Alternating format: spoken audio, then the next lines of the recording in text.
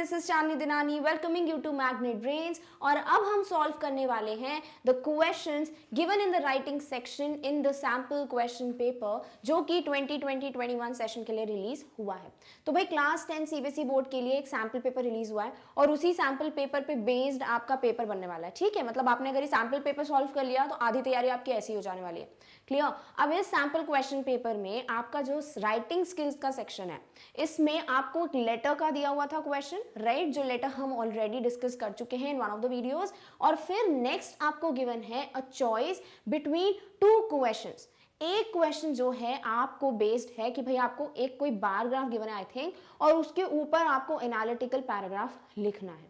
Second question आपको एक article में से एक्सर्प्ट दिया हुआ है, यानी कि कह सकते हो उस आर्टिकल का पार्ट दिया हुआ है और आपको उस आर्टिकल को पढ़ने के बाद क्या लगता है कि वो आर्टिकल बिल्कुल सही कह रहा है, उसे सपोर्ट करते हुए आपको अपने पॉइंट्स लिखने हैं, या फिर आप जो हो उससे बिल्कुल अलग सोचते हो, in opposite to that paragraph आपको कुछ लिखना है, तो वो आपको मेंशन करना है। वो भी क्या होगा, एक एनालिटिकल पैराग्राफ। यानी कि जो डिफरेंट स्ट्रक्चर्स होते हैं उस पे बेस्ड एनालिटिकल पैराग्राफ कैसे लिखना है वो हम ऑलरेडी जानते हैं।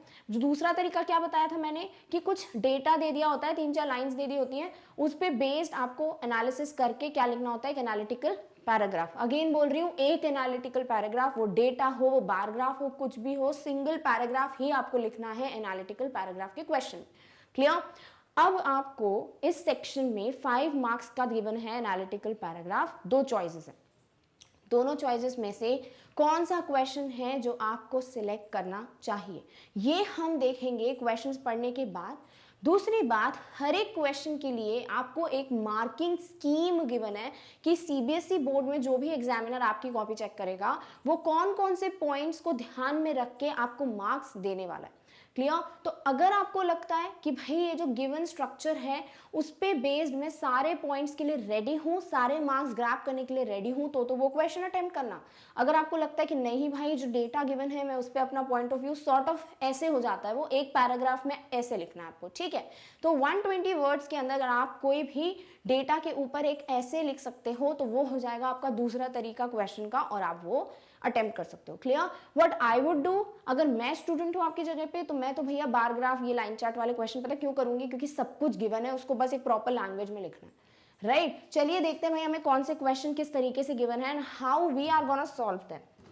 तो हमें गिवन है क्वेश्चन नंबर 9 जो कि है आपका क्या भाई, राइटिंग स्किल का दूसरा पार्ट। एक लेटर हो गया, एक हो गया आपका एनालिटिकल पैराग्राफ, 2 ही चीजें आने वाली हैं 2020-21 क्वेश्चन पेपर में, राइट। तो आपको ये 5 मार्क्स का क्वेश्चन गिवन है, इन 5 मार्क्स में से आपको चूज करना है कि आपको कौन सा क्वेश्चन करना है। तो पहला जो क्वेश्चन गिवन है आपको वो है द चार्ट बिलो। क्या है भाई, ये चार्ट है, कौन सा चार्ट है, bar graph, bar chart. The chart below displace data about the number of digital devices purchased in Rishunagar across the years 2015 to 2019. Write a paragraph यानी 1 सिंगल पैराग्राफ, ध्यान में रखना मार्क्स कट जाएंगे नहीं तो यहाँ पे। Analysing the given data, in short आपको एक एनालिटिकल पैराग्राफ लिखना है। जैसे ही एनालिटिकल पैराग्राफ दिख जाए आपके दिमाग में एक आउटलाइन आनी चाहिए, भाई मैं एक पैराग्राफ लिखूंगा पर इस एक पैराग्राफ में मुझे इंट्रोडक्शन, मेन बॉडी पार्ट और कंक्लूसिव पैराग्राफ लिखना है, ठीक है। तो आप देख लो क्या मैं इंट्रोडक्शन या फिर इस पूरे बार ग्राफ को, बार चार्ट को कंपेयर करके लिख पा रहा हूं और क्या मैं कंक्लूड कर पाऊंगा। जैसे ही पूरा देखोगे आपको समझ आ जाता है, 1 मिनट तो लगेगा भाई इतना समझने में, फिर आप डिसाइड कर लो आपको ये क्वेश्चन करना है कि नहीं करना, राइट। अब यहां आपको क्या गिवन है, आपको इंट्रोडक्शन पहले से गिवन है कि भाई जो चार्ट है, लिख लोगे क्या कि द गिवन बार चार्ट और the given chart shows, illustrates, displays, आपको जो वर्ड लिखना है, data about the number of digital devices purchased in Rishunagar in the year 2015 to 2019। और कुछ गिवन है कि यहाँ पे देख लो क्या गिवन है, 2 ग्राफ्स, बार ग्राफ्स कंपेयर किए आपके, कैसे, एक दिया हुआ है ग्रे एरिया जो कि है स्मार्टफोन्स के लिए, तो आपका ये जो ग्रे एरिया है ये हो गया स्मार्टफोन, और आपका जो ये ब्लैक कलर का बार है वो है कंप्यूटर्स, तो ये ब्लैक क्या हो जाएगा, ये हो गया कंप्यूटर्स। यानी आप इन दोनों पॉइंट्स को भी मेंशन कर सकते हो आपके इंट्रोडक्टरी पैराग्राफ में, कैसे, जहां आप लिख रहे हो ना कि ये जो बार चार्ट है वो डिस्प्ले कर रहा है, शो कर रहा है, इलस्ट्रेट कर रहा है the number of digital devices like smartphones and computers purchased in Rishinagar across the years 2050-2019. हो गया आपका कंप्लीट इंट्रोडक्टरी पैराग्राफ डन। तो आपको इंट्रोडक्शन तो आ गया, मेन बॉडी पार्ट लिखने के लिए भाई देखना पड़ेगा क्या गिवन है। तो आपको यहाँ पे देखना है कि डिवाइसेस जो हैं वो फिगर्स 1000 000 है, तो क्या हो गया 1000, यानी ये हो गया 20,000 40,000 60,000 80,000 100 1 लाख और 120,000 1,20,000 बोल सकते हो राइट। तो यहाँ पर हमें ये वैल्यू थाउजेंड्स में दी है, अगर ये वैल्यू आपने ऐसे ही लिख दी मार्क्स कट जाएंगे, ठीक है। तो 1000 में वैल्यू, यानी इतना चीज तो हम समझ गए। अब क्या करना है, अब देख लो बार ग्राफ में किस तरीके से कंपैरिजंस दिए हुए हैं, दिया है हर एक साल के लिए। 2015 2015 के लिए आपको गिवन है कि भाई ये जो कंप्यूटर्स हैं ये अराउंड 30 बोल लो 35 के अराउंड आई थिंक, ये ऑलमोस्ट 35,000 है। और वहीं पे जो स्मार्टफोन्स हैं वो अराउंड बोल सकते हो 42 to 44,000 है। अराउंड वर्ड क्यों यूज कर रही हूँ, एग्जैक्ट बता ही नहीं सकते हो राइट। कोई स्केलिंग दी होती, स्केलिंग मतलब जब इस तरीके से आपके पास जो स्केल होता है ना बचपन से यूज करो, स्केल में देखो छोटे छोटे मार्क्स दिए होते हैं इस तरीके से 1 2 3 4 5 राइट। तो आप बोलते हो 0.5 सेंटीमीटर 0.75, तो किस तरीके से मार्क करना है। अगर वो स्केल्स दिए हैं तो भाई आपको एक्सैक्ट वैल्यू दिख जाएगी, बट यहाँ पे नहीं है स्केलिंग गिवन और ज्यादातर दी भी नहीं जाएगी, तो आप क्या लिख सकते हो अराउंड है अप्रोक्सीमेटली राइट। तो यहाँ पे क्या है, ये अराउंड 42,000 to 44,000 है। यानी फर्स्ट जो 2015 है उसमें आप लिख सकते हो कि जो वैल्यूज गिवन है उसके हिसाब से सेल ऑफ कंप्यूटर्स जो है वो कम थी as compare to sale of smartphones. तो बोल सकते हो people preferred smartphones over computers in the year 2015। Next आप देख रहे हो 2016 में कि कंप्यूटर्स की सेल कितनी हो गई है, ये अराउंड 58,000 हो गई है। तो ये क्या हो गई 2015 से बढ़ गई, एक पॉइंट ये मिल गया। फिर क्या हुआ है, ये वैल्यू जो है स्मार्टफोन्स की ये भी बढ़ी है टू अराउंड 62,000 राइट। तो दोनों की वैल्यूज आप कंपेयर कर सकते हो कि in the year 2016 the sale of smartphone was more than sales of computers. However, there was a slight rise seen in the sales of computers and smartphones from year 2015 to 2016 right. यानी 2015 से 2016 तक आते आते ये cell जो है दोनों की बढ़ गई, बट अभी भी स्मार्टफोन्स की सेल जो है वो कंप्यूटर्स की सेल से ज्यादा है। नेक्स्ट 2017 में देखा जाए तो एकदम से एक सरप्राइजिंग राइज दिख रहा है, किस में 82,000 के आसपास कंप्यूटर्स की सेल में, और वहीं पे राइज तो हो रहा है किस में, स्मार्टफोन की सेल में जो अराउंड आई थिंक 70 to 72,000 के आसपास है।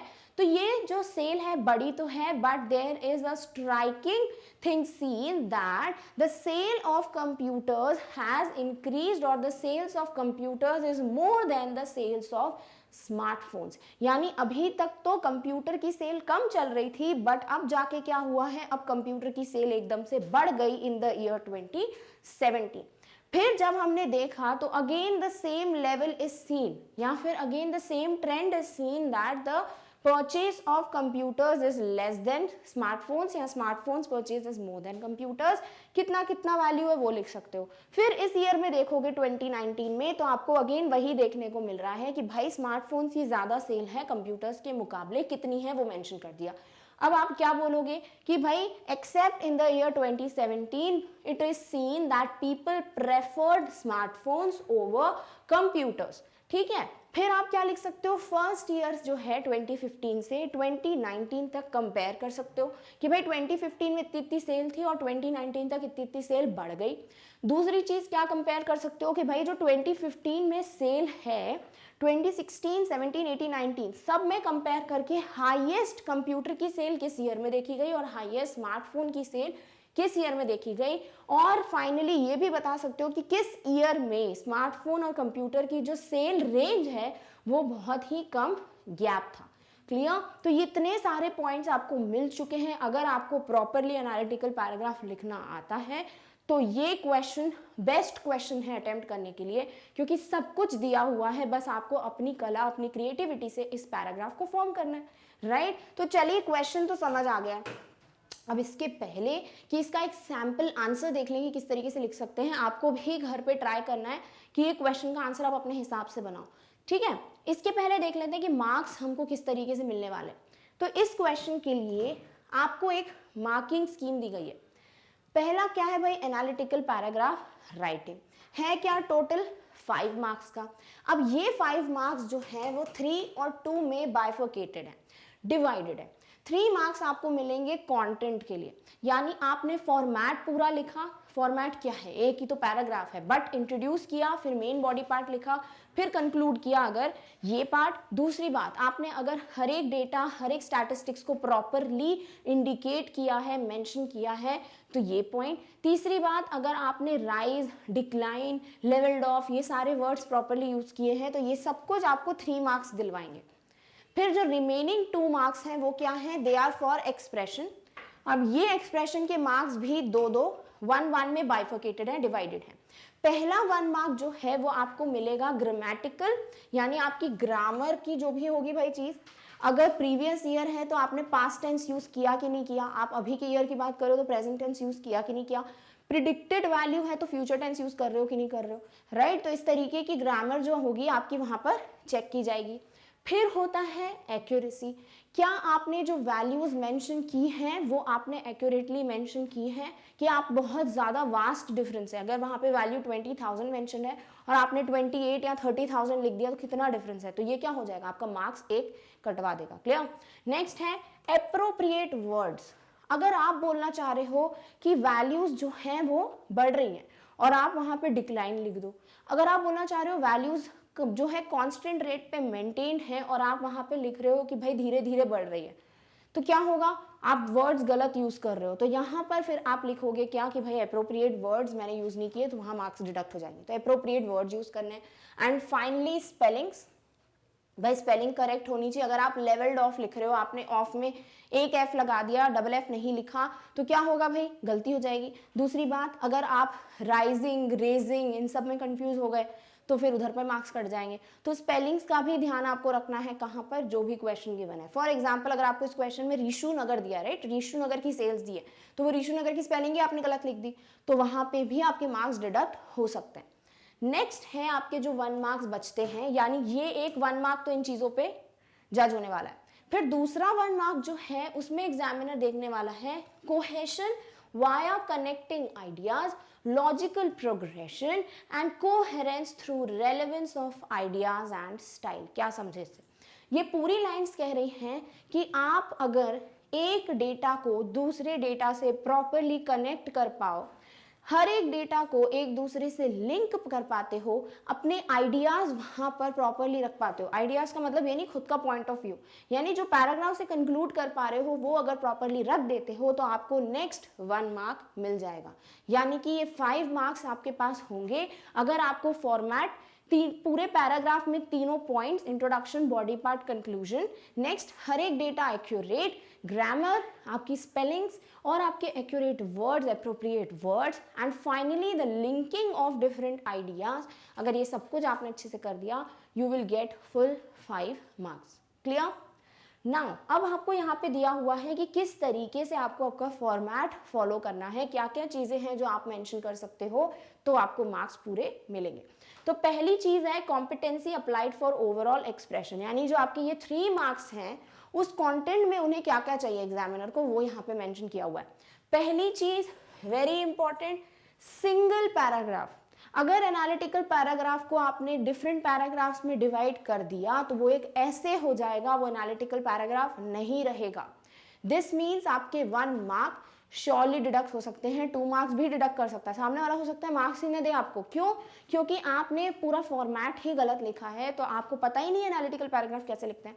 बोला है ना एक पैराग्राफ लिखो, तो पूरा एक ही पैराग्राफ होना चाहिए, single paragraph. Next is use of appropriate functional language required to show trend progression and comparison, यानी कि आपको ऐसे वर्ड्स यूज करने हैं जिससे आप एक ट्रेंड के बारे में बता सकते हो कि भाई the similar trend was seen, that there was a rise in the value, there was a decline in the value, right. तो ये वर्ड्स। दूसरी बात, आप कंपेयर करो, भाई ग्राफ बनाते क्यों है, बार ग्राफ क्यों बनाया है, ताकि आप हर एक ईयर जो है 2015 से लेकर कंपैरिजन कर सको कि भाई इस साल अगर इतनी परचेज थी तो इस दूसरे सेल में दूसरे ईयर में कितना परचेज रेट है, राइट। तो आप जो हो कंपेयर कर रहे हो, अगर आप कंपेयर करोगे नहीं, हर एक ईयर को बस मेंशन कर दोगे, आपस में कंपेयर ही नहीं करोगे, तो मतलब क्या हुआ ग्राफ बनाने का। तो कंपैरिजन करना भी जरूरी है, नहीं किया मार्क्स डिडक्ट हो जाएंगे। कंपैरिजन के वर्ड्स किस तरीके से एग्जाम्पल दिया है, जैसे आप लिख सकते हो मोर, लेस, इंक्रीज, डिक्रीज, स्टेबल। क्या हो सकती है वैल्यूज, बढ़ सकती है, कम हो सकती है, ज्यादा हो सकती है कि कंपैरिजन में कम हो सकती है, राइट। फिर नेक्स्ट क्या हो सकता है, स्टेबल, राइट, कांस्टेंट। तो ये वर्ड्स अगर दिख गए वहां आपको पैराग्राफ में, एग्जामिनर को दिख गए आपके पैराग्राफ में, तो वो आपको यहाँ पर मार्क्स दे देंगे। क्लियर। नेक्स्ट पॉइंट है एक्यूरेसी। हर जगह बार बार एक्यूरेसी मेंशन क्यों है भाई, कुछ भी नहीं लिख देना। एनालिसिस कर रहे हो यानी बहुत बड़ा काम कर रहे हो, एनालिसिस पे कितनी सारी चीजें जो है वो निर्भर है दुनिया में।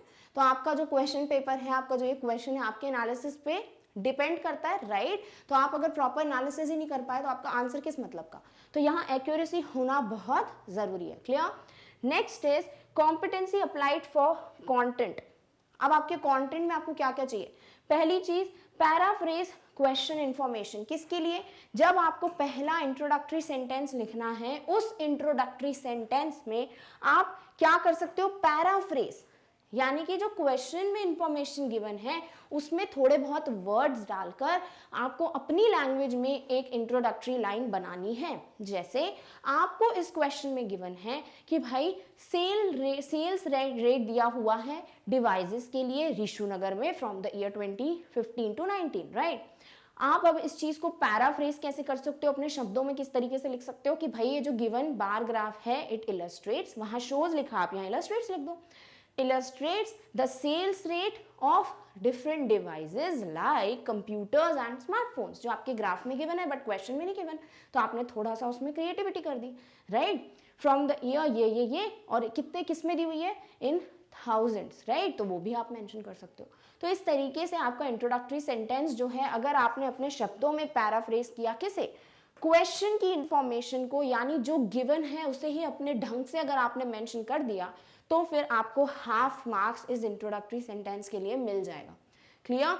नेक्स्ट क्या करने वाले हो भाई, इसके बाद आपका मेन कंटेंट आने वाला है उसी सिंगल पैराग्राफ में। तो आइडेंटिफिकेशन ऑफ मेन ट्रेंड्स, भाई लिखना कितने में है, ओनली 120 वर्ड्स अलाउड है, राइट।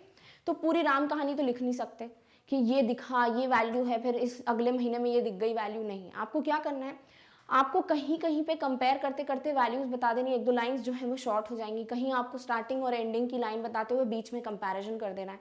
तो आपको जो मेन ट्रेंड्स है ना, हाईएस्ट वैल्यू, लोवेस्ट वैल्यू, कहाँ पे कांस्टेंट हो गया, रेट लेवल्ड ऑफ हो गया, तो वो सारी चीजें आपको मेंशन करनी है कहाँ, इस मेन ट्रेंड्स वाली लाइन में। किस तरीके से, देखिए यहाँ आपको 2 मार्क्स का मिलने वाला है, at least 4 clearly identified trends, very important. यानी ये चीज दिमाग में रख लो कि मुझे अपने एग्जाम में जो भी क्वेश्चन मिलने वाला है एनालिटिकल पैराग्राफ पे बेस्ड, जो कोई स्ट्रक्चर गिवन है उसमें डिफरेंट ट्रेंड्स दिए होंगे, राइट। किसी ईयर से दूसरे ईयर, तीसरे ईयर में किस तरीके से वैल्यूज डिफर कर रही हैं, वो ट्रेंड्स कहलाएंगे।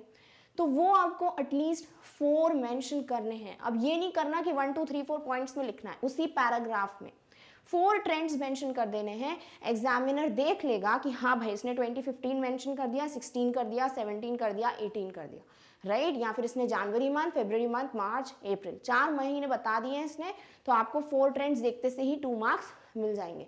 इसका मतलब ये नहीं कुछ भी लिख दोगे, सिर्फ मंथ का नाम नहीं लिखना, उसमें जो भी वैल्यूज हैं वो कंपेयर करते हुए लिखना है। तो 4 ट्रेंड्स हो जाएंगे आपके, यहाँ पे मार्क्स आपको कंप्लीट मिल जाएंगे। क्लियर। अब एक नोट दिया हुआ है, focusing and extending one particular trend would be considered as one trend only. This means what? For example, ये जो ऋषुनगर वाली सेल गिवन है आपको, इसमें आपने एक ईयर 2015 में स्मार्टफोन्स और कंप्यूटर्स को कंपेयर कर दिया। आपने स्मार्टफोन की वैल्यू बता दी, कंप्यूटर की वैल्यू बता दी इन द ईयर 2015। आपको क्या लगेगा भाई, मैंने ये एक कंप्यूटर की वैल्यू बता दी, एक स्मार्टफोन की वैल्यू बता दी, तो आपको क्या लगेगा ये मेरे 2 ट्रेंड्स हो गए। ऐसा नहीं है, ये किसके लिए है भाई, ये एक ईयर के लिए बताया आपने 2015 के लिए, तो ये एक ट्रेंड काउंट होगा। यानी अगर आप एक पर्टिकुलर टाइम पीरियड की बात कर रहे हो, उसमें कितने भी ट्रेंड्स गिवन हो, वो एक पर्टिकुलर ट्रेंड ही कहलाएगा। यानी अगर आप कंप्यूटर स्मार्टफोन्स की वैल्यूज इस पर्टिकुलर ईयर 2015 में बता देते हो तो वो क्या हो जाएगा, that would be one trend. और इसी तरीके से आप अगर नेक्स्ट ईयर का बताओगे वो हो जाएगा आपका सेकेंड ट्रेंड। यानी कि ये 4 ट्रेंड्स जो है 4 डिफरेंट ईयर्स 4 डिफरेंट मंथ्स आपने बता दिए तो वो आपका काम हो जाएगा, यहाँ आपको 2 मार्क्स मिल जाएंगे। क्लियर? ओके, नेक्स्ट फाइनली क्या होगा आपका कंक्लूजन। मेन कंटेंट बता दोगे, अब कंक्लूड कर दो, कंक्लूजन में क्या करोगे, ओवरऑल बता दोगे, तो यहाँ आपको हाफ मार्क्स मिलेंगे। जो आपको क्या करना है, स्टेटिंग main inference from the data provided, यानी अगर कोई आपकी इंट्रोडक्टरी लाइन पढ़ ले, अगर कोई आपका कंक्लूजन पढ़ ले, तो वो ऐसा होना चाहिए जिससे उसे पूरा चार्ट जो है समझ आ जाए। क्लियर? तो जब आप अपना आंसर लिख रहे हो, जैसे अभी घर में आप प्रैक्टिस करोगे राइटिंग स्किल्स की, तो आपको अपना आंसर इस तरीके से लिखना है कि जब आप सिर्फ इंट्रोडक्शन पढ़ो, आप सिर्फ कंक्लूजन पढ़ो, तो आपको वो दोनों लाइंस पढ़ के ही आपका स्ट्रक्चर समझ आ जाए। क्लियर? फॉर एग्जाम्पल, अगर जब आपको कोई पोएम पढ़ाई जाती है, ठीक है, आपके लिटरेचर पोर्शन में, और आपको एक समरी दे दी जाए, तो अगर आप वो समरी पढ़ लेते हो और उस समरी पढ़ने के बाद आपको क्लियर हो जाता है कि ये पोएम में हुआ क्या, इसका मतलब आपकी समरी परफेक्ट है। बट अगर आपको एक ऐसी समरी गिवन है जिसमें सिर्फ थोड़ी बहुत आउटलाइन गिवन है, आधी ज़्यादा इंफॉर्मेशन है ही नहीं, तो आपकी क्या पोएम आपको समझ आएगी? नहीं, आपको पूरी पोएम पढ़नी पड़ेगी। सेम वे में एग्जामिनर चाहता है कि आप एक इंट्रोडक्टरी लाइन और कंक्लूडिंग लाइन ऐसी लिखो जिससे उन्हें पूरा स्ट्रक्चर समझ आ जाए, तो आपका एनालिटिकल पैराग्राफ परफेक्ट होगा। क्लियर? यानी कि जो 5 मार्क का क्वेश्चन है उसमें से 2 मार्क्स आपकी grammar, spelling, accuracy, appropriate words, इन सब पे बेस्ड है। 3 मार्क्स जो हैं उनमें से आपका 2 मार्क्स का काम कौन करता है, आपका सेकेंड या मिडिल पैराग्राफ, यानी मिडिल कंपोनेंट कह लेती हूँ, सिंगल पैराग्राफ का जो मिडिल कंपोनेंट है। बट बाकी का जो रिमेनिंग 1 मार्क है, इसको हाफ मार्क में डिवाइड किया गया है। Half mark is for your introductory line, जो क्वेश्चन से ही आपको अपनी लैंग्वेज में लिखना है, राइट? और बाकी का जो रिमेनिंग हाफ मार्क है वो है आपका कंक्लूजन, जहां आप ओवरऑल इन अ नटशेल एक समरी दे दोगे 2-3 लाइंस में। क्लियर? तो इस तरीके से आपको इस क्वेश्चन के लिए मार्किंग मिलने वाली है। डन? मार्किंग स्कीम समझ आ गई है, क्वेश्चन समझ आ गया है। अब फटाफट से एक सैंपल देख लेते हैं कि भाई किस तरीके से इस क्वेश्चन को हम आंसर कर सकते हैं। डन? ओके, चलिए इस पे भाई पैराग्राफ देख लेते हैं। तो अब हमें लिखना क्या है भाई, एक एनालिटिकल पैराग्राफ इस बार चार्ट पे। तो हमें सबसे पहले क्या लिखना पड़ेगा, इंट्रोडक्शन। अब इंट्रोडक्शन में क्या क्या चीज़ें हैं जो आपको मेंशन करनी है। पहली चीज़ ये है क्या, ये है एक बार चार्ट। चार्ट क्यों लिख रहे हो, क्योंकि भाई क्वेश्चन में चार्ट गिवन है, ठीक है। तो ये एक बार चार्ट है विच शोज, डिस्प्लेस और इलस्ट्रेट्स, जो वर्ड लगे वो लिख लो। क्या है भाई, the purchase of digital devices across years in Rishu Nagar, या फिर डायरेक्टली लिखोगे this bar chart illustrates what number 1 thing, the digital devices purchased, जो कि क्या है, smartphones and computers. 4th thing across the years 2015 to 2019। यानी ये चारों चीजें आपके इंट्रोडक्शन में अगर आपने दे दी तो फिर आपके हाफ मार्क्स जो है आपके पास आ जाएंगे। क्लियर? चलिए देखते हैं किस तरीके से लिखेंगे आप। द बार चार्ट इलस्ट्रेट्स, पहला point, the number of digital devices, जो कि है smartphones and computers, purchased in Rishu Nagar across the years 2015 to 2019। यानी आपने हर एक चीज मेंशन कर दी यहाँ पर। पहली चीज ये बार चार्ट है, दूसरी बात ये इलस्ट्रेट कर रहा है, डिस्प्ले कर रहा है क्या, डिजिटल डिवाइसेस की परचेज। कौन से digital devices, computers and smartphones. कौन कौन से ईयर्स में, 2015 से 2019 तक। कहां पर, ऋषु नगर में। कोई पॉइंट मिस हुआ है नहीं, यानी कोई भी ये इंट्रोडक्टरी पैराग्राफ पढ़ेगा, आप खुद भी पढ़ोगे तो आपको समझ आ जाएगा भाई इस बार ग्राफ में क्या क्या गिवन होगा, राइट। तो ये आपका इंट्रोडक्शन यानी हाफ मार्क्स आपको मिल गए। क्लियर? अब नेक्स्ट क्या आएगा आपका, मेन बॉडी और content part which is of 2 marks. तो आपका ये जो मेन बॉडी कंटेंट पार्ट है वहां पर आप किस तरीके से 4 ट्रेंड्स को मेंशन करते हो, यही आपके 2 मार्क्स आपको मिलेंगे। क्लियर? तो सबसे पहले अगर हम देखें यहाँ पर तो 2015 में आपको क्या दिख रहा है कि भाई ये ब्लैक आपको दिख जाना चाहिए कि ये ब्लैक कंप्यूटर के लिए है, ग्रे स्मार्टफोन के लिए, ठीक है। तो आप इसको ऐसे याद रख लो, आपका स्मार्टफोन ग्रे कलर का है, क्योंकि बार बार वहां देखोगे ये तो बहुत टाइम वेस्ट होगा, राइट। तो हमें दिख रहा है कंप्यूटर की सेल कितनी है, अराउंड 38,000, क्योंकि 1000 में गिवन है वैल्यू, राइट और आपके कंप्यूटर सॉरी ग्रे है तो स्मार्टफोन की जो वैल्यू है वो अराउंड 42 है, यहाँ 44,000 है, ठीक है, तो अराउंड वैल्यूज मिल गई है।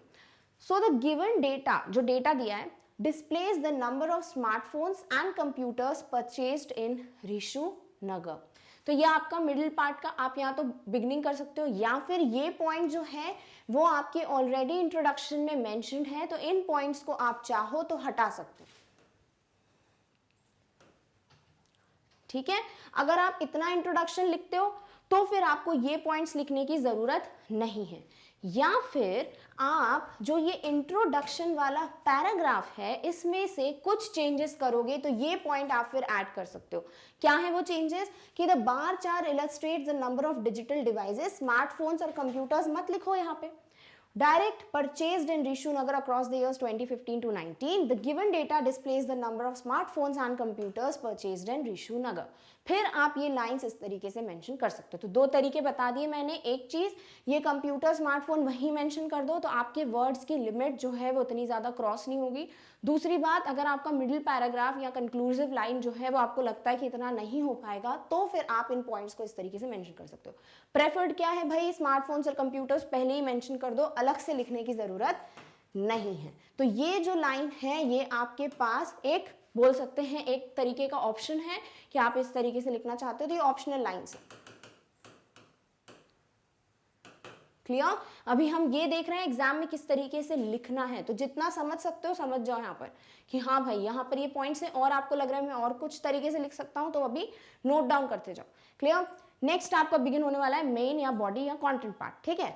The data indicates that more smartphones were purchased in 2015 as compared to the computers.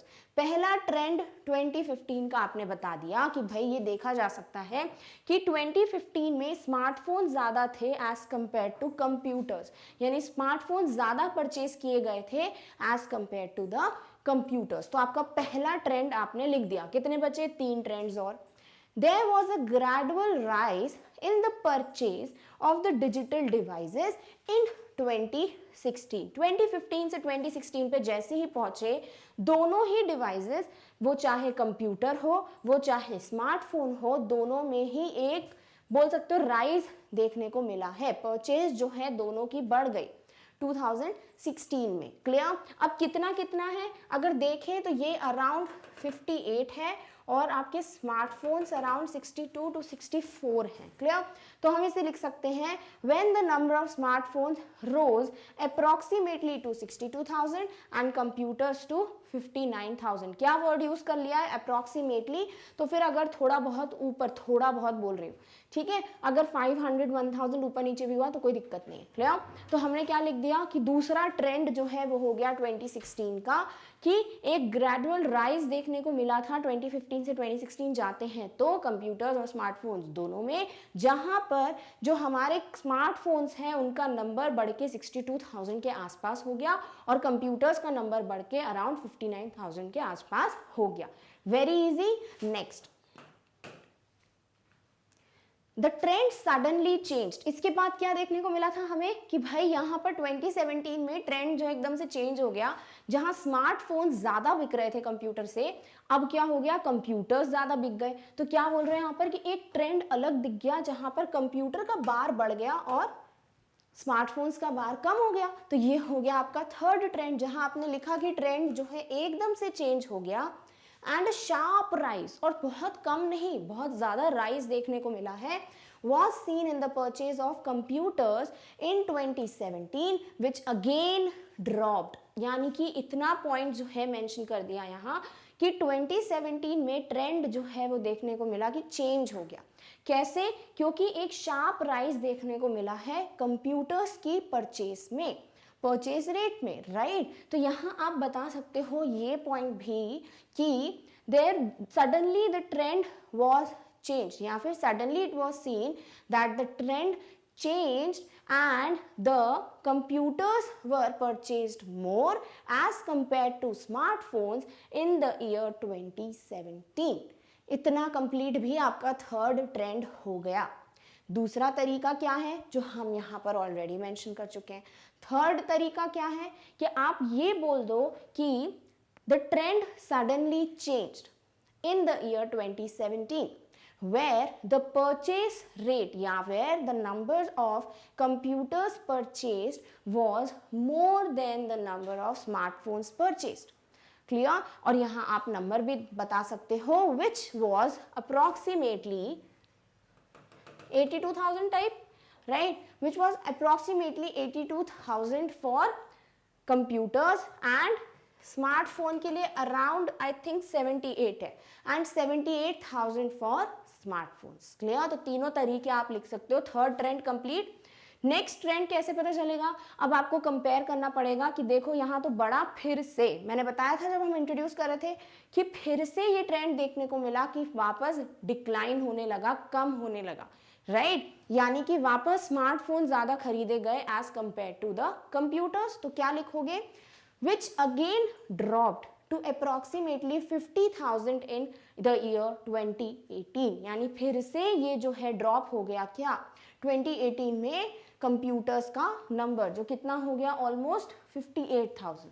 Clear? तो वो हमने यहाँ पर 50 लिख दिया इन लोगों ने। I think it should be around 58 और आई थिंक 52 और समथिंग, राइट? तो अराउंड लिख दिया है तो उसको 52 लिख सकते हैं, ज्यादा बेटर। क्लियर? तो ये आपका हो गया कंपैरिजन।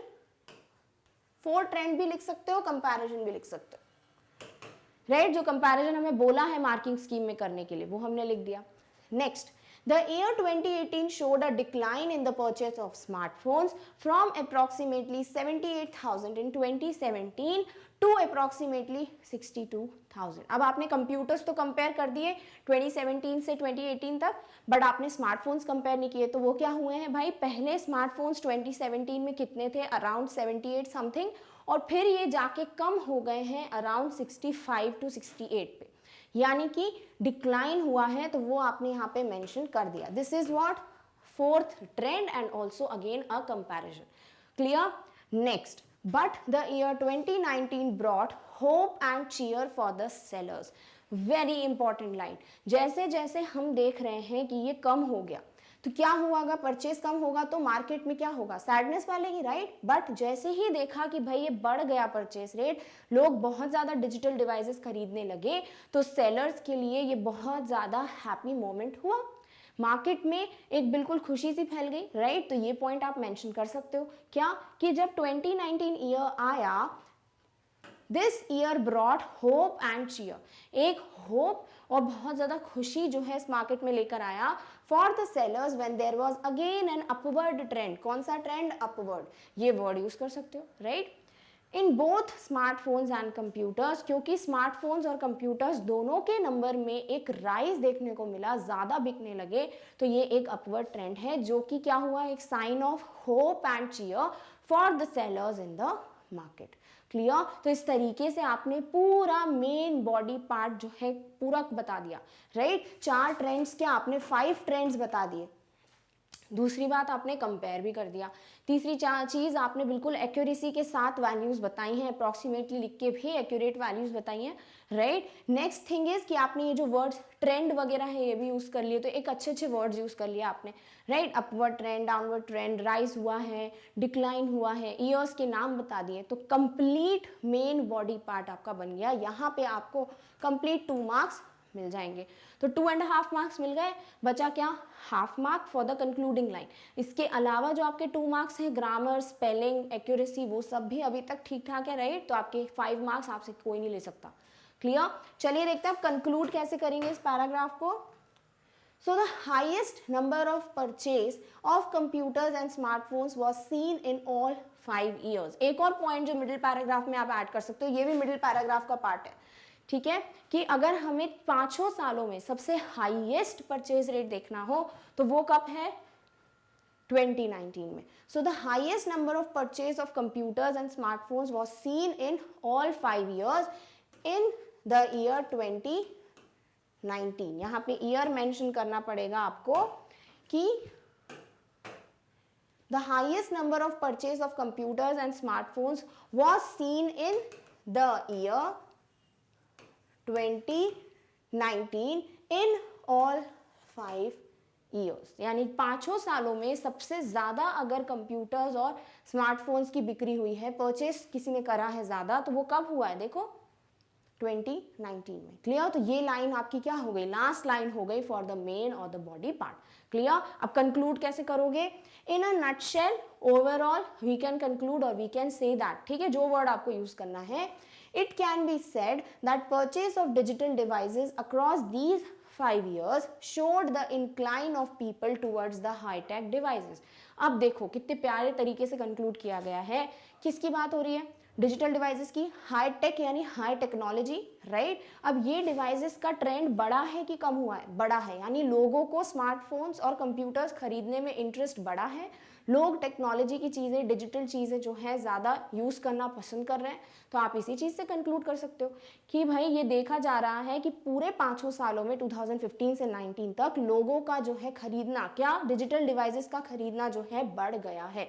तो लोग हाई टेक्नोलॉजी डिवाइसेस की तरफ बहुत ज़्यादा अट्रैक्ट हो रहे हैं या प्रेफर करते हैं। क्लियर? ये सारी चीज़ें आप कंक्लूजन में मेंशन कर दोगे तो आपका कंप्लीट एनालिटिकल पैराग्राफ फॉर्म हो गया।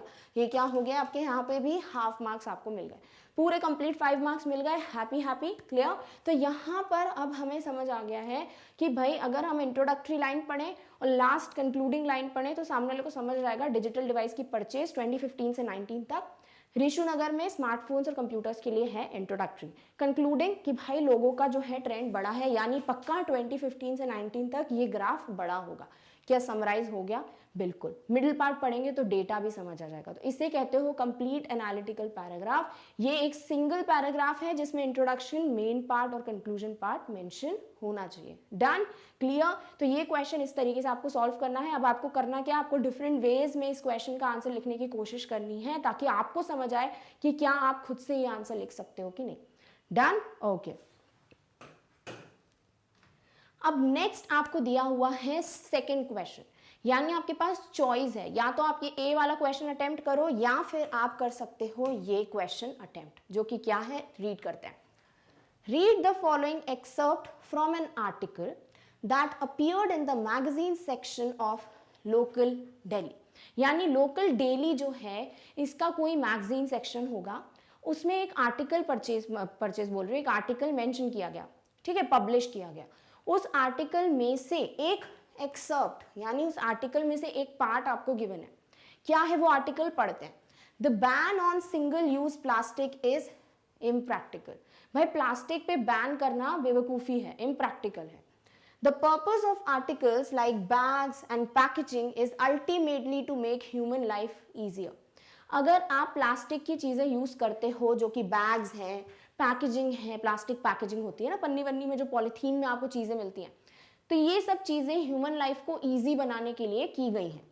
Plastic articles do this well. और ये पैकेजिंग, ये बैग्स का काम जो है प्लास्टिक आर्टिकल्स बहुत इजीली करते हैं। So they should not be banned. तो इन्हें बैन नहीं करना चाहिए। यानी इसका मतलब ये है कि जिस भी इंसान ने ये आर्टिकल लिखा है उसका मानना है भाई प्लास्टिक पे बैन मत लगाओ, क्योंकि इम्प्रैक्टिकल है इस पे बैन लगाना। अल्टीमेटली ये जो भी प्लास्टिक की चीज़ें हैं वो ह्यूमन लाइफ ईजियर बनाती है। क्लियर? आर्टिकल समझ आ गया? डन। करना क्या है? Write a paragraph to analyze the given argument. ये जो आपको आर्ग्यूमेंट गिवन है, आर्टिकल गिवन है, बातचीत गिवन है, इसको एनालाइज कीजिए कि आपको क्या लगता है पढ़ के। You could think about what alternative explanations might weaken the given conclusion। आप चाहो तो इस आर्टिकल को पढ़ने के बाद ऐसे पॉइंट्स को सोच सकते हो जिसकी वजह से ये जो आर्टिकल है वो वीक पड़ जाए। लोग ये आर्टिकल पढ़ें और आपका पैराग्राफ पढ़ें तो लोगों को लगे कि भाई आप सही कह रहे हो, ये आर्टिकल गलत है। Think about alternative, okay, and include rational और evidence that would strengthen or counter the given argument। और आप चाहो तो लॉजिकल, रैशनल यानी लॉजिकल कंक्लूजन्स, या आपके पास कोई एविडेंस हो, ऐसे पॉइंट्स जो प्रूव करते हो कि आप जो कह रहे हो सही है, ऐसे पॉइंट्स मेंशन कीजिए अपने पैराग्राफ में जो या तो इस आर्टिकल को सपोर्ट करे, स्ट्रेंथन करे, या फिर काउंटर करे। काउंटर मतलब ऑपोजिट, यानी कि आप जो है इस टॉपिक के अगेंस्ट बोलो, काउंटर यानी आपका टॉपिक जो है इस टॉपिक को बिल्कुल भी सपोर्ट ना करे, वीक बना दे। इन शॉर्ट करना क्या है, ये आर्टिकल समझ चुके हो, राइट? पता चल गया है प्लास्टिक पे आपको क्या लगता है बैन होना चाहिए कि नहीं होना चाहिए, ये बताना है। अब आपको एक प्रॉपर पैराग्राफ लिखना है, क्योंकि एनालिटिकल पैराग्राफ है, इंट्रोड्यूस करोगे, फिर मिडिल पैराग्राफ लिखोगे, फिर कंक्लूड करोगे। इस पैराग्राफ में आपको ऐसा कुछ मेंशन करना है जिससे आपको लगता है कि प्लास्टिक पे बैन होना चाहिए, तो वो पॉइंट्स आपको सपोर्ट में मेंशन करने हैं। प्लास्टिक पे बैन क्यों नहीं होना चाहिए, तो वो पॉइंट्स आपको वहां पे मेंशन करने हैं। क्लियर? अब मुझे लगता है कोई भी ये आर्टिकल पढ़ेगा, हर किसी का यही कहना है प्लास्टिक बैन करो। आई डोंट थिंक कोई बोलेगा कि प्लास्टिक बैन मत करो। तो अगर आपको लगता है आपके पास वो स्ट्रॉन्ग पॉइंट्स हैं, अराउंड 4 to 5 पॉइंट्स हैं जो आप इस पैराग्राफ में मेंशन करोगे अगर, तो आपका ये आर्टिकल जो है वीक पड़ जाएगा। यानी अगर आप वो 4 पॉइंट्स मेंशन कर सकते हो कि हाँ भाई ये 4 चीजें हैं जिनकी वजह से प्रॉब्लम हो जाएगी अगर प्लास्टिक बैन नहीं किया, या प्लास्टिक की वजह से जो डिसएडवांटेजेस हैं, जो लोगों को इश्यूज प्रॉब्लम्स फेस करनी पड़ती हैं, वो अगर आपके पास प्रॉपरली मेंशन कर सकते हो, वो पॉइंट्स हैं, तो फिर ये क्वेश्चन अटेम्प्ट करो। इसीलिए मैंने बोला इसके पहले जो चॉइस गिवन है उसमें डेटा आपको साफ साफ दिया हुआ है सामने, तो चाहो तो वही यूज कर लो, राइट? और उसको पैराग्राफ में चेंज कर दो। बट अगर आपको लगता है नहीं भाई मैं ये जो है बहुत अच्छे से लिख सकता हूँ, घुमाना फिराना नहीं है, डायरेक्ट लिखना है, सिर्फ 120 वर्ड्स तक ही लिख सकते हो, 5 मार्क्स का तो क्वेश्चन है, राइट? तो अगर आपको लगता है प्लास्टिक के लिख सकते हो ये सारे पॉइंट, तो फिर आप ये क्वेश्चन अटेम्प्ट करो। क्लियर? डन? ओके। अब देखते हैं मार्किंग स्कीम क्या कहती है, यानी एग्जामिनर जो है वो किन पॉइंट्स पे आपको मार्क्स देगा अगर आप इस तरीके का क्वेश्चन अटेम्प्ट करते हो। So argument for except ban on plastic, यही है भाई, राइट? अब आपको क्या लिखना है, सबसे पहले ऑब्वियसली ये एनालिटिकल पैराग्राफ है तो सिंगल पैराग्राफ ही मेंशन करना है, ये पॉइंट ध्यान में रखना है, पैराग्राफिंग नहीं करनी। Next, use of appropriate functional language required to show comparison, contrast, emphasis or etc. to achieve cohesion. अगर आप ऐसे वर्ड्स का यूज़ करोगे जिसकी वजह से आप कंपैरिजन बता पाओ, आप कॉन्ट्रास्ट बता पाओ कि नहीं भाई प्लास्टिक बैन होना चाहिए क्योंकि ये पॉइंट्स हैं, तो अगर आप वो लिंक कर पाओगे मेथड जो टॉपिक है और आपका आर्ग्यूमेंट है, तो फिर वहाँ पे आपको मार्क्स मिलेंगे। क्लियर? नेक्स्ट है एक्यूरेसी। भाई ऐसा ना हो एक ही पॉइंट मेंशन कर रहे हो, भाई प्लास्टिक से पोल्यूशन होता है और उसी को अलग घुमा फिरा के लिख रहे हो, फिर क्या हुआ? एक ही पॉइंट को डिटेल में लिख दोगे, पोल्यूशन हो रहा है, राइट? तो फिर आपके वहां पे मार्क्स डिडक्ट हो जाएंगे। एक्यूरेसी यानी कि बहुत डिफरेंट पॉइंट ऑफ व्यूज चाहिए। क्लियर? नेक्स्ट है भाई आपका पहला जो ये एनालिटिकल पैराग्राफ का पार्ट होगा वो क्या होगा, एक इंट्रोडक्टरी सेंटेंस। तो इंट्रोडक्टरी सेंटेंस में आपको क्या देखेंगे एग्जामिनर कि आपने stating the given assumption in the question as the introduction, अगर आपने वो आर्टिकल के बारे में मेंशन ही नहीं किया आपके क्वेश्चन में, तो फिर आपके मार्क्स डिडक्ट हो जाएंगे, यानी आपका हाफ मार्क चला जाएगा। क्यों? क्योंकि भाई किसके ऊपर आर्ग्यूमेंट कर रहे हो वही नहीं बताओगे तो जो रीडर होगा उसको कैसे समझ आएगा, राइट?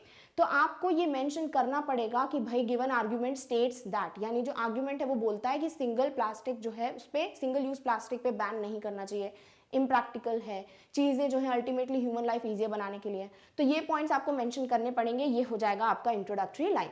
क्लियर? नेक्स्ट क्या होगा आपका main part, body part, right? जहां पर आप आर्ग्यूमेंट्स रैशनलाइजिंग अगेंस्ट और इन फेवर ऑफ अजम्पशन। अब आप वो आर्ग्यूमेंट्स लिखोगे जो या तो सपोर्ट कर रहा होगा in favour of the argument या फिर कॉन्ट्रास्ट अगेंस्ट होगा उस टॉपिक के, तो वो अब जो आप मेंशन करने वाले हो मेन बॉडी पार्ट में, उस पर आपको मार्किंग किस तरीके से मिलने वाली है।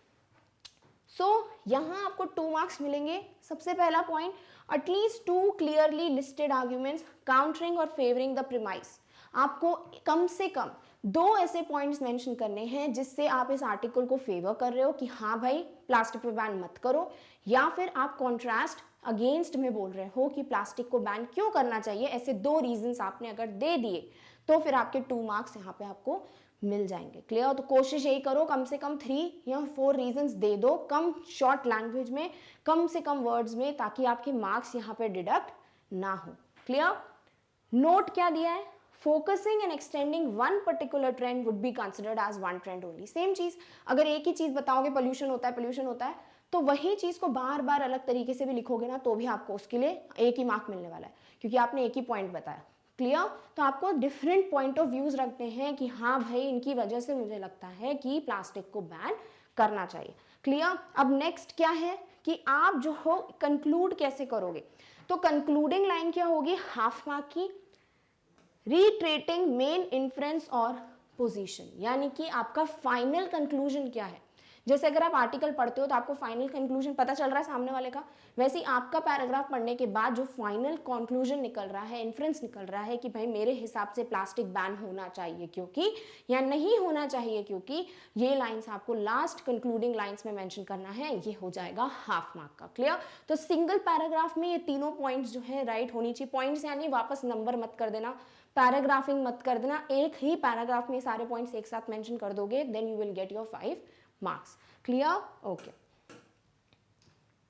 अब देखते हैं हम किस तरीके से लिख सकते हैं। तो पहली बात तो इंट्रोड्यूस करोगे कैसे, जो क्वेश्चन दिया उसको लिखकर, राइट? तो क्या लिखोगे, The given excerpt states that ban on single-use plastic is impractical and the purpose of plastic articles is ultimately to make human life easier and thus they should not be banned.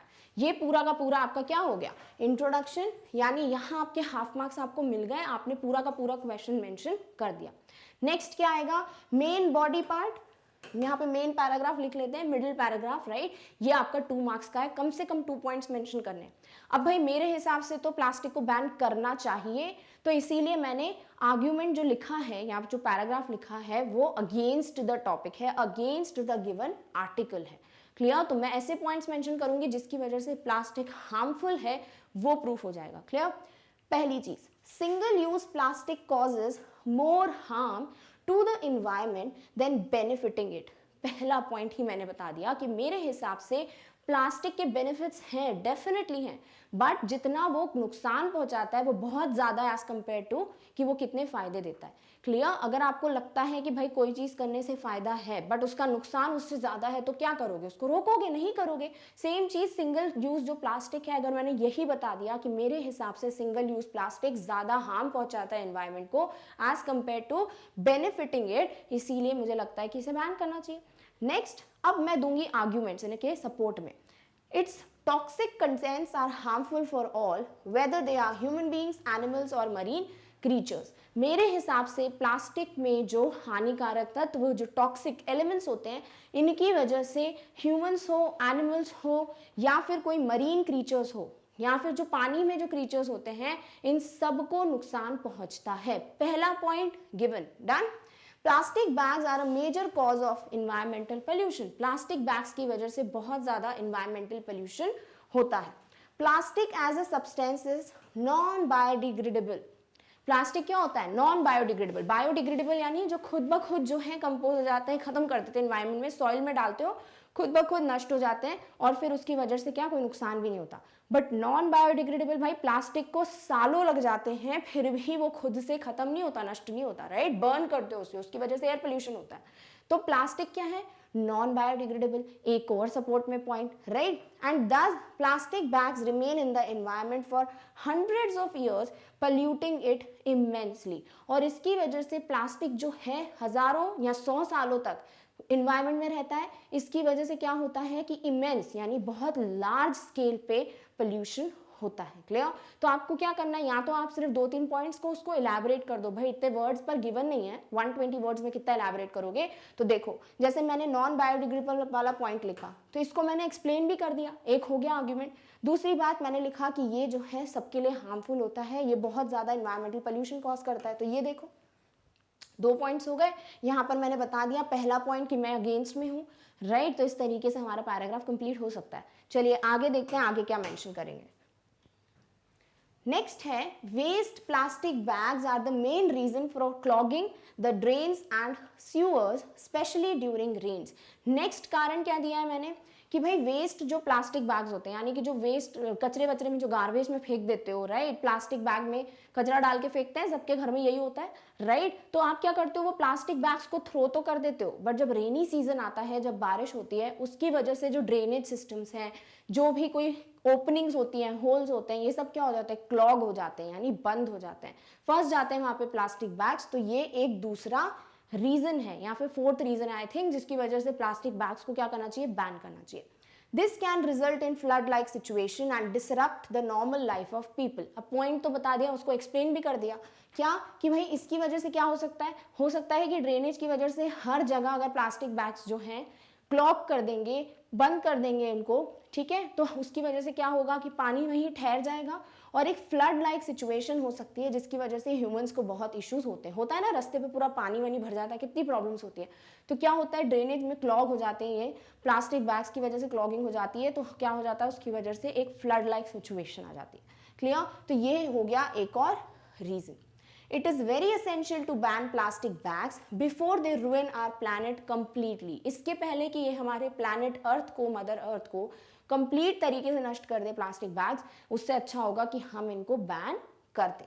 It is going to be helpful for our environment which is in a declining state. ये हमारे पर्यावरण के लिए, environment के लिए बहुत ज़्यादा helpful होगा. क्यों? क्योंकि already environment जो एक declining state पे है, यानी environment जो है वो धीरे धीरे क्या हो रहा है, खराब हो रहा है, पोल्यूशन बढ़ रहा है, राइट. तो अगर आप चाहते हो कि किसी ना किसी तरीके से इन्वायरमेंट को एक सपोर्ट दें, उसके लिए कुछ अच्छा करें, तो फिर प्लास्टिक बैग्स को बैन कर दो. क्लियर. तो यहाँ तक देखो हमारा मेन पैराग्राफ जो है फिनिश होता है. अब आप चाहो तो इस पैराग्राफ में सिर्फ 3 पॉइंट्स मेंशन कर दो. मैंने इतने पॉइंट्स क्यों बताया, ताकि आपको पता चले कि भाई क्या क्या लिख सकते हो. आपको और भी पॉइंट्स मिल जाएंगे यहाँ पर. आप मरीन क्रीचर्स के लिए लिख सकते हो कि भाई अगर पानी वगैरह में जो वाटर बॉडीज होती है वहाँ प्लास्टिक बैग्स फेंक देते हो, कचरा वगैरह बीचेस पे फेंक देते हैं, तो मरीन क्रीचर्स क्या करते हैं, उससे कंज्यूम करने की कोशिश करते हैं, उसकी वजह से पोल्यूशन होता है और फाइनली हमारे मरीन क्रीचर्स का नंबर कम होता जाता है, राइट. तो ये एक और तरीका हो गया जिससे आप बोल सकते हो कि प्लास्टिक बैग्स जो है वो गलत है, बैन करने चाहिए, राइट. तो आपके पास बहुत सारे व्यूज हैं. फॉर एग्जांपल आप एनिमल्स के लिए बोलो, बहुत से लोग क्या करते हैं कि पॉलिथीन में जो गार्बेज वगैरह खाने वाने की चीज़ें भी जो बचती है वेस्ट, वो फेंक देते हैं, राइट. उसकी वजह से काउज होती हैं, जो बफेलोज होते हैं, जो भी आपके कैटल्स होती हैं, वो क्या करते हैं, वो उसको कंज्यूम करने की कोशिश करते हैं उस खाने को, उसके साथ साथ वो पॉली बैग भी खा जाते हैं, पॉलीथीन भी खा जाते हैं. उस कंजम्पशन की वजह से क्या होता है, उनकी बॉडी में पॉइजनस चीज़ चली जाती है, राइट. तो ultimately it harms the animals too. तो आपके पास वेरियस रीजंस हैं, एन नंबर ऑफ रीजंस हैं कि प्लास्टिक बैग्स को बैन क्यों करना चाहिए. वो आप यहाँ पर मैक्सिमम 3 to 4 मेंशन करो, पॉइंट मेंशन करो, उसका आगे एक्सप्लेनेशन दे दो. क्लियर. तो आपका कंप्लीट पैराग्राफ फॉर्म हो जाएगा. अब कंक्लूजन क्या है भाई, मेरा कंक्लूजन है कि जो आर्टिकल में दिया है वो गलत है और प्लास्टिक बैग को बैन करना चाहिए. तो कैसे लिखोगे, ओवरऑल या फिर in a nutshell the ban on these products is not impractical. Article क्या बोल रहा था, ban on single use plastic is impractical. मैंने उस पॉइंट के आर्ग्यूमेंट को मैंने काउंटरैक्ट किया कि नहीं भाई, इसका ऑपोजिट है क्या, कि बैन जो है इन प्रोडक्ट्स पे वो इम्प्रैक्टिकल बिल्कुल भी नहीं है. There is no denying the fact that these products make our life easier. बिल्कुल सही है कि इन प्रोडक्ट्स की वजह से लाइफ ईजी हो जाती है, पॉलीथीन की चीज़ों की वजह से लाइफ ईजी तो हो जाती है, but we should come up for the welfare of all and not be selfish. But इसका मतलब ये नहीं कि क्योंकि इन चीज़ों की वजह से ह्यूमन लाइफ ईजियर है तो हम सिर्फ खुद का सोचें, सेल्फिश हो जाएं. हमें पूरी दुनिया, पूरे प्लैनेट अर्थ के लिए, पूरे एनवायरनमेंट के लिए क्या सोचना चाहिए, सबके लिए सोचना चाहिए कि हाँ एक कम अप आना चाहिए, बाहर आना चाहिए, एक बेस्ट आइडिया जिसकी वजह से पूरे प्लैनेट को फ़ायदा हो, ना कि खुद का ही सोचो, right. The ban will be useful in the long run. और अगर अभी बैन कर दिया प्लास्टिक तो फिर आगे जाके फ्यूचर में बहुत ज़्यादा बेनिफिशियल होगा. And we are done with the conclusion part. आपको हाफ मार्क्स भी मिल जाएंगे यहाँ पे, यानी आपने जब इंट्रोडक्टरी पढ़ा होगा किसी ने आपका पैराग्राफ तो समझ आ गया अच्छा सामने वाले ने ये बोला है. आपका कंक्लूसिव पैराग्राफ कोई पढ़ेगा तो आप उनको पता चल जाएगा अच्छा आपका कंक्लूजन है कि नहीं, इसका ऑपोजिट होना चाहिए, कि बैन करना चाहिए, इम्प्रैक्टिकल नहीं प्रैक्टिकल है. दूसरी बात, ईजियर बनाता है बट सेल्फिश ना हो, पूरे प्लैनेट का सोचें, और फाइनली लॉन्ग रन में बहुत ज़्यादा बेनिफिशियल होगा. क्या आपका पूरा पैराग्राफ सामने वाला समझ जाएगा? बिल्कुल. और जब मिडिल पैराग्राफ पढ़ेगा तो उसको रीजंस भी मिल जाएंगे. डन, आपके 5 मार्क्स आपके पॉकेट में. क्लियर. तो इस तरीके से आप इस क्वेश्चन को अटेम्प्ट कर सकते हो. So like this, now I hope you are all clear कि भाई एनालिटिकल पैराग्राफ को कैसे आपको अटेम्प्ट करना है। कौन से क्वेश्चन को आप अटेम्प्ट करोगे, क्वेश्चन पढ़ो, खुद ब खुद समझ आ जाता है कि भाई मुझे आता क्या है, राइट। तो you practice as much as you can for both the type of questions, दोनों टाइप के क्वेश्चंस के लिए प्रैक्टिस करो। You can prepare what, different topics, ऐसे के जो टॉपिक्स होते हैं ना उन टॉपिक्स को देख लो। अगर आपको ऐसे आर्टिकल्स ना मिले तो आप डिफरेंट जो टॉपिक होते हैं ऐसे के उस पर लिखने की कोशिश करो, तो क्या होगा यहाँ पे आप उसे यूज कर सकते हो, right. For example corona virus pandemic पे तो एक क्वेश्चन आ ही सकता है, तो उस पर एक प्रिपेयर कर लो इस तरीके का एनालिटिकल पैराग्राफ, क्लियर। तो इस तरीके से आप एनालिटिकल पैराग्राफ को चूज करते हो, अटेम्प्ट करते हो, उन्हें लिखते हो, मार्क्स किस तरीके से मिलने वाले हैं वो भी समझ आ गया। बस एक चीज ध्यान रखना भाई, सिंगल पैराग्राफ लिखना, गलती से भी 3 पैराग्राफ्स मत लिख देना, नहीं तो पूरी मेहनत जो है ना बर्बाद हो जाएगी, right. You will not get any marks, clear, done, okay. चलिए नेक्स्ट वीडियो में मिलेंगे with the next topic very soon. Till then take care of yourself, और इस टॉपिक की नोट्स की लिंक आपको डिस्क्रिप्शन बॉक्स में मिल जाएगी। Thank you so much for watching, bye.